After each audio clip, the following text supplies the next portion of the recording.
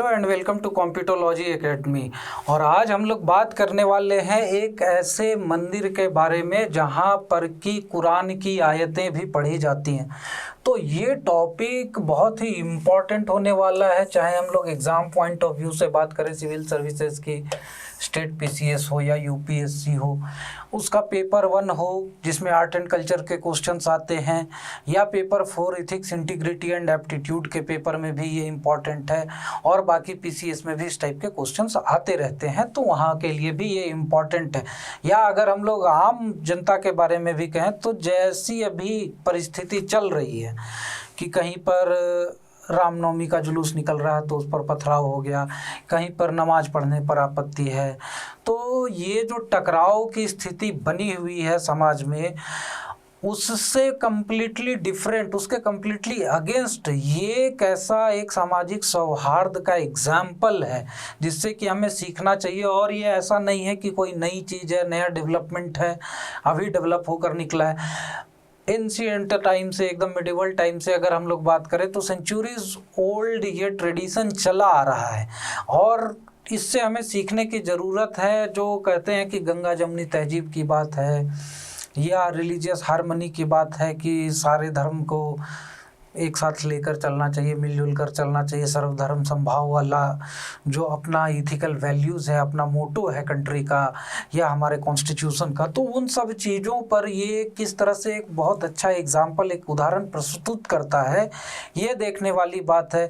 हम लोग देख रहे हैं यहाँ पर हिजाब में कंट्रोवर्सी हो रही है, तो कहीं पर लोग फालतू की जिद पे अड़े हुए हैं कि ये करना है तो करना है। जो चीज़ें, बहुत सारी चीज़ें न तो हिंदू धर्म में ज़रूरी हैं, न मुस्लिम धर्म में ज़रूरी है, न क्रिश्चियन में। देखिए, धार्मिक फिलॉसफी की अगर बात करें तो सारे धर्मों में शांति, सौहार्द और एक साथ मिलजुल कर चलने वाली चीज़ें ही सिखाई जाती है।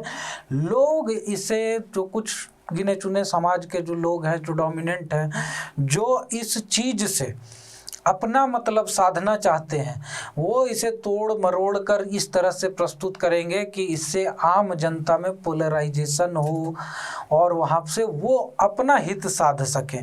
और इसी के कारण जो अभी ये टकराव की परिस्थिति उत्पन्न हो रही है, बहुत जगह पे देख रहे हैं कि लड़ाई झगड़ा, दंगे, ये वो चीज़ें हो रही हैं, वो कुछ गिने चुने लोगों के द्वारा जो धार्मिक फिलॉसफी है, जो रिटेन हमारा स्क्रिप्चर्स है रिलीजन का, उसको तोड़ मरोड़ कर अपने हिसाब से प्रस्तुत करने के कारण हो रहा है। वरना अगर डिटेल में पढ़ा जाए, समझ कर पढ़ा जाए, तो कोई भी धार्मिक ग्रंथ लड़ाई झगड़े को प्रमोट नहीं करता है। और ये सोचने समझने वाली, पढ़ने वाली बात है, लिखित है। लोग खुद से पढ़कर अगर समझदार हैं तो समझ सकते हैं। ऐसा नहीं है कि वो कोई रॉकेट साइंस है, सबको समझ में नहीं आएगी। लेकिन क्या होता है ना कि लोग पढ़ने से ज़्यादा दूसरों की बातों को सुनकर उस पर विश्वास करके और उस पर अमल करने में भरोसा करते हैं, जिसके कारण कि ये परिस्थिति उत्पन्न हो रही है। तो यहाँ पर लोगों को खुद भी इनिशिएटिव लेना पड़ेगा। या अगर हम मोरल और इथिकल वैल्यूज़ की बात करें कॉमनली, तो उसमें अगर लोग खुद ही समझे तो लड़ाई झगड़े से क्या फ़ायदा होने वाला है, किसी को क्या मिलने वाला है, किसी भी व्यक्ति को क्या मिलता है, कुछ नहीं मिलता है, दोनों तरफ से नुकसान होता है। तो खुद की अगर कॉमन सेंस की, एकदम लेमैन टाइप की भी समझदारी दिखाएं, तो वहाँ पर सीधा आदमी यही कहेगा कि अपने कामकाज पे ध्यान दिया जाए, फालतू की चीज़ों पे ध्यान न दिया जाए। या अगर कुछ ऐसा करना ही है तो सोसाइटी के डेवलपमेंट के लिए, लोगों के हित के लिए कुछ काम किया जाए। पत्थर चलाने से किसका हित साधने वाले हैं? कुछ गिने चुने लोगों का, डोमिनेंट लोगों का, पॉलिटिशियंस का। अदरवाइज आम जनता को उससे क्या फ़ायदा मिलता है? कुछ नहीं। आपसी तनाव बढ़ता है और वहाँ पर अशांति फैलती है। लोगों की जो जीवन शैली है, आम जनजीवन जो है, वो खुद ही परेशानी में आ जाती है। फ़ायदा कुछ नहीं होता है। तो यहाँ पर ये एक बहुत अच्छा एग्जाम्पल है। और यहाँ का जो हम लोग आगे देखेंगे कि मैनेजमेंट ने भी जो इनिशिएटिव लिया है और जिस तरह से उन्होंने रिप्लाई दिया है डिस्ट्रिक्ट एडमिनिस्ट्रेशन को और बाकी चीज़ों को, ये एक बहुत ही अच्छा उदाहरण प्रस्तुत करता है कि अगर समझदारी से चला जाए तो टकराव की परिस्थिति कहीं पर नहीं आ सकती है। अब यहाँ पर अगर हम लोग बात करें तो ये बात कहाँ की हो रही है? ये बात हो रही है चिन्ना स्वामी टेम्पल की। चिन्ना स्वामी मंदिर की, जिसे कि केशवा टेम्पल भी कहा जाता है, केशवा मंदिर भी कहा जाता है, या फिर विजय नारायण मंदिर भी कहा जाता है, जो कि स्थित है बेलूर में।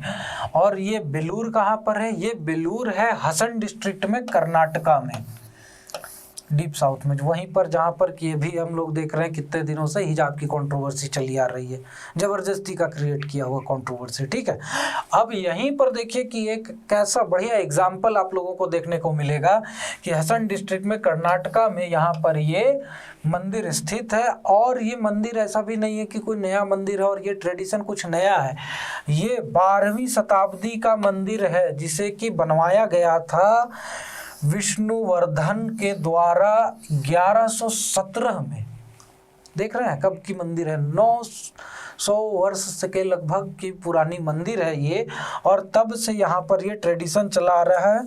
और ये यांगचे नदी, यागाची नदी के तट पे स्थित है। और बेलूर जो हुआ करता था वो हुआ करता था होयसाला साम्राज्य का राजधानी, होयसाला साम्राज्य की राजधानी हुआ करती थी, और उन्होंने ही होयसाला साम्राज्य के राजाओं ने ही इसे बनवाया था वहाँ पर इस मंदिर को। और तब से ये ट्रेडिशन चला आ रहा है, और ये भगवान विष्णु को डेडिकेटेड है, लॉर्ड विष्णु का यहाँ पर टेम्पल है। बाकी के भी देवताओं देवियों के मंदिर हैं, लेकिन जो मुख्य मंदिर है वो भगवान विष्णु को डेडिकेटेड है। और ये चीज़, ये क्वेश्चन ऑब्जेक्टिव में भी यूपीएससी प्रीलिम्स में आ सकता है, क्योंकि ये एक बहुत ही इंपॉर्टेंट टॉपिक है, और रिसेंट जो इन्वायरमेंट चल रहा है उसके हिसाब से भी ये एक इम्पॉर्टेंट चीज बन जाती है कि ऐसा भी कहीं पर कुछ है।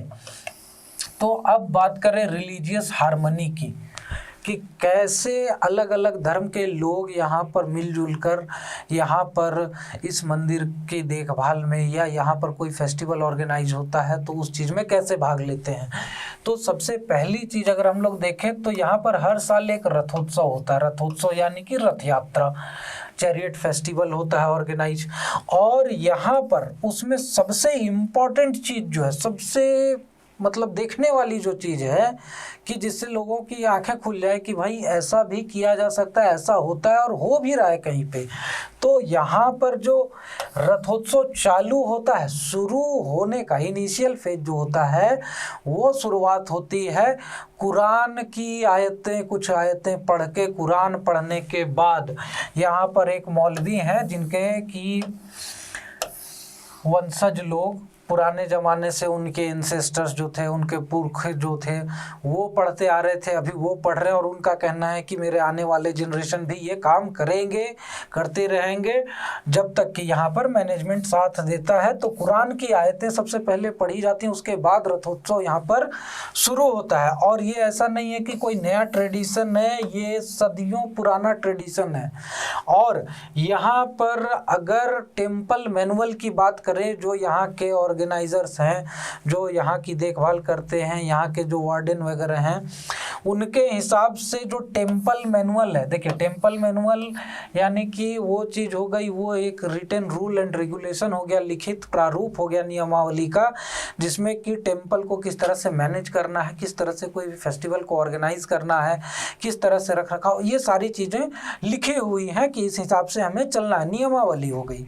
ठीक है, तो उस नियमावली में यहाँ पर ये चीज़ लिखी हुई है टेम्पल मैनुअल में, जो कि बनी थी 1932 में, कि ये कुरान पढ़कर ही यहाँ पर रथ यात्रा शुरू होगी। अब बताइए, उतने समय से ये चला रहा है, और ये सेंचुरीज ओल्ड ट्रेडिशन चला रहा है, सदियों पुरानी ये चीज़ें चली आ रही हैं, और उसे लिखित प्रारूप भी दे दिया गया 1932 में। ठीक है, अब ये चला आ रहा है। और इसके पीछे अगर ऑब्जेक्टिव की बात करें कि इसके पीछे मोटिव क्या है, ऑब्जेक्टिव क्या है, क्यों ऐसा किया गया, तो देखिए, जब से मतलब कि मुग़ल वगैरह आए, फिर उसके बाद मुस्लिम्स की पॉपुलेशन स्प्रेड होनी चालू हुई पूरे देश भर में इधर उधर, तो अभी आप देखेंगे कि मुस्लिम पॉपुलेशन भी पूरे लंबाई और चौड़ाई में भारतवर्ष के फैली हुई है। और उनका सौहार्दपूर्ण सामाजिक जीवन हिंदू लोगों के साथ बहुत पहले से चला आ रहा है, पुराने ज़माने से चला आ रहा है, ये कोई नई बात है नहीं। और इसी के कारण यहाँ पर लोग साथ में जीते आ रहे हैं, एक दूसरे के पर्व त्यौहार में पार्टिसिपेट करते आ रहे हैं, शामिल होते आ रहे हैं और साथ में जीते आ रहे हैं। तो उसी समय में यहाँ पे ये चीज़ें भी ट्रेडिशन चालू हुई होंगी, और ये ट्रेडिशन चालू भी इसलिए किया गया है कि जो भी लोग अलग अलग धर्म के हैं वो भी इन सारे फेस्टिवल्स में पार्टिसिपेट कर सके, सम्मिलित हो सके, एंजॉय करें, एक दूसरे की फिलॉसफी को समझे, एक दूसरे के ट्रेडिशन को समझे, एक दूसरे के वैल्यूज़ को समझे, तभी वहाँ पर एक साथ हार्मनी में मिलजुल कर रह पाएंगे। तो ये एक बहुत ही बड़ा ऑब्जेक्टिव है, और यहाँ पर अगर ये चीज़ें अप्लाई की जाए अक्रॉस द कंट्री हर चीज़ में, तो जो टकराव की परिस्थिति बार बार उत्पन्न होती है वो होगी ही नहीं। लोग एक दूसरे के पर्व त्यौहार में शामिल होते रहेंगे, मिलते जुलते रहेंगे, एक दूसरे को समझेंगे, उनके बात विचार समझेंगे, उनकी फिलॉसफी समझेंगे, उनके ट्रेडिशन समझेंगे, तो खुद ब खुद ये जो टकराव की परिस्थिति होती है ख़त्म हो जाएगी। लेकिन ये चीज़ें अब समझाने वालों को ही ये चीज़ें पसंद नहीं है कि ये चीज़ें हो। बहुत सारे ऐसे जो पॉलिटिशियंस हैं या जो इन्फ्लुएंशियल पीपल हैं सोसाइटी के, वो अगर ये इनिशिएटिव लें तो ये चीज़ें बहुत आगे तक बढ़ सकती है और बढ़ानी भी चाहिए। लेकिन यहाँ पर इनिशिएटिव ही नहीं लिया जा रहा है। अब यहाँ पर क्या है कि इस टेम्पल के इस ट्रेडिशन, इस मंदिर का जो ये ट्रेडिशन था कि कुरान की आयतें पढ़कर यहाँ पर ये रथ यात्रा शुरू की जाती थी, इस पर भी कंट्रोवर्सी हो गई। लोग कहीं भी कोई चीज़ अच्छी चल रही है उसे भी बिगाड़ने पे तुले हुए हैं। अब यहाँ पर क्या कंट्रोवर्सी हो गई, बहुत सारे ऐसे प्रेशर ग्रुप्स हैं जो कि टेम्पल मैनेजमेंट पे और डिस्ट्रिक्ट एडमिनिस्ट्रेशन पे इस चीज़ का दबाव डाल रहे हैं कि यहाँ पर जो भी दूसरे धर्म के लोग हैं, ग्रुप के लोग हैं, उनको इस फेस्टिवल से एक्सक्लूड कर दिया जाए, उनकी दुकानें बंद कर दी जाएं, और या फिर जो प्रोसेसन, जो झांकियाँ निकलती थी उसमें भी दूसरे धर्म के लोग भी पार्टिसिपेट करते थे अलग अलग चीज़ों में। तो इनका कहना है कि इन सब लोगों को इसमें पार्टिसिपेट नहीं करने दिया जाए, यहाँ से इन्हें एक्सक्लूड कर दिया जाए, हटा दिया जाए। तो एक जो अच्छा एग्जाम्पल बचा हुआ है धार्मिक सौहार्द का, साथ में मिलजुल कर चलने का, उसे भी ख़त्म करने की कोशिश की जा रही है, जो कि एक गलत चीज़ है, गलत इनिशिएटिव है। लेकिन यहाँ पर टेम्पल मैनेजमेंट ने साफ कह दिया है कि हम इस इनिशिएटिव को सपोर्ट नहीं करते हैं, हम इस बात को नहीं मानेंगे। उन्होंने रिटन रिप्लाई दे दिया डिस्ट्रिक्ट एडमिनिस्ट्रेशन को कि हमारे टेम्पल मैनुअल में 1932 के टेम्पल मैनुअल में ये चीज़ मेंशन्ड है कि ये रथ यात्रा ऐसे ही शुरू होगी, कुरान की आयतें पढ़कर ही शुरू होगी, और हम इसे ही फॉलो करेंगे और हमें कोई प्रॉब्लम नहीं है, और कोई अगर प्रेशर डालता भी है तो हम ये मानने वाले नहीं है। जो एक रिलीजियस हार्मनी चली आ रही है, we are going to maintain that, we are going to continue that to set a good example. और ये बहुत अच्छी बात है, ये बहुत अच्छा रिप्लाई और बहुत अच्छा इनिशिएटिव टेम्पल मैनेजमेंट ने दिया कि हम ऐसा एक्सक्लूजन वाला कोई भी डिसीजन नहीं लेने वाले हैं, नहीं से सपोर्ट करने वाले हैं। और यहाँ पर सीधा कह दिया कि जो भी शॉप्स हैं अदर रिलीजन के, वो एज इट इज़ चलते रहेंगे। जो यहाँ पर प्लेज होते थे, ड्रामा वगैरह होता था, प्रोसेसन निकलता था, इन सब चीज़ों में जो अदर रिलीजन के लोग पार्टिसिपेट करते थे वो करते रहेंगे, उन्हें भी एक्सक्लूड नहीं किया जाएगा। तो ये बहुत ही इनकी अच्छी इनिशिएटिव रही। अब अगर इथिकल वैल्यूज़ की बात करें, इथिक्स के पेपर के हिसाब से बात करें, तो इससे क्या एग्जांपल देखें, जैसे बहुत सारे रिलीजियस हार्मनी के, सोशल इशूज़ के और इस टाइप के जो क्वेश्चंस इथिक्स के पेपर 4 में जो यूपीएससी सिविल सर्विसेज का उसमें आते हैं, तो इस टाइप के एग्जांपल कोट करना बहुत ही बढ़िया रहता है, अच्छे मार्क्स आते हैं और बहुत ही फ़ायदेमंद रहेगा ये। तो सबसे पहली चीज़ यहाँ पर क्या है कि कम्युनल हार्मनी, यहाँ पर देख रहे हैं कि कैसे अलग अलग रिलीजियस ग्रुप्स के लोग एक साथ हार्मनी में चल रहे हैं, एक दूसरे के फेस्टिवल में पार्टिसिपेट कर रहे हैं। और जब कुछ प्रेशर ग्रुप्स ने ये ट्राई भी किया कि इन्हें एक्सक्लूड किया जाए, तो टेम्पल मैनेजमेंट खुद ही इसके अगेंस्ट में है। और ये एक बहुत अच्छी चीज़ है, बहुत अच्छा एग्जाम्पल सेट कर रहे हैं। नेक्स्ट क्या है, पीसफुल कोएग्जिस्टेंस, कि अलग अलग रिलीजन के लोग भी कैसे पीसफुली एक साथ रह सकते हैं, मिलजुल कर रह सकते हैं, एक दूसरे के फेस्टिवल में पार्टिसिपेट कर सकते हैं। तो ये एक पीसफुल कोएग्जिस्टेंस का बहुत अच्छा एग्जाम्पल है। नेक्स्ट यहाँ पर क्या है, रिलीजियस टॉलरेंस, सर्वधर्म समभाव। ठीक है, यहाँ पर ये कुछ नहीं कहा जा रहा है कि इस रिलीजन के लोग नहीं आ सकते हैं, ये नहीं कर सकते हैं। सारे धर्म के लोग आ सकते हैं इस फेस्टिवल में, पार्टिसिपेट कर सकते हैं, शॉप्स लगा सकते हैं, प्ले में पार्टिसिपेट कर सकते हैं, प्रोसेशन में पार्टिसिपेट कर सकते हैं। तो ये एक रिलीजियस हार्मनी का, रिलीजियस टॉलरेंस का बहुत ही अच्छा एग्जाम्पल है। उसके बाद क्या है कि यहाँ पर एक चीज़ ये और अपहोल्ड कर रहे हैं कि जो सारे धर्म हैं उनकी फिलॉसफी सेम है, पीसफुल कोएग्जिस्टेंस की, सबको मिला जुला कर चलने की, और किसी को भी अलग नहीं मानने की, किसी को भी एक्सक्लूड नहीं करने की, और सबके साथ शांतिपूर्ण पीसफुल कोएग्जिस्टेंस को मेंटेन करने की। नेक्स्ट क्या है यहाँ पर कि moderation to the existing situation, जो एग्जिस्टिंग सिचुएशन बना हुआ है अभी सोसाइटी में, कहीं पर राम जी के मतलब रामनवमी के प्रोसेसन पे हमले हो रहे हैं, कहीं हिजाब को लेकर मुद्दा छिड़ा हुआ है, कहीं किसी चीज़ को लेकर मुद्दा छिड़ा हुआ, तो ये सारी चीज़ों के सामने ये एक बहुत अच्छा एग्जाम्पल सेट कर सकता है, एक मॉडरेशन इफेक्ट आ सकता है इससे, कि लोगों को समझाया जाए कि वहाँ से एक लेसन लीजिए आप कि देखिए कैसे लोग शांति प्रिय रूप से भी रह सकते हैं, एक दूसरे रिलीजन के साथ एग्जिस्ट कर सकते हैं, ये है।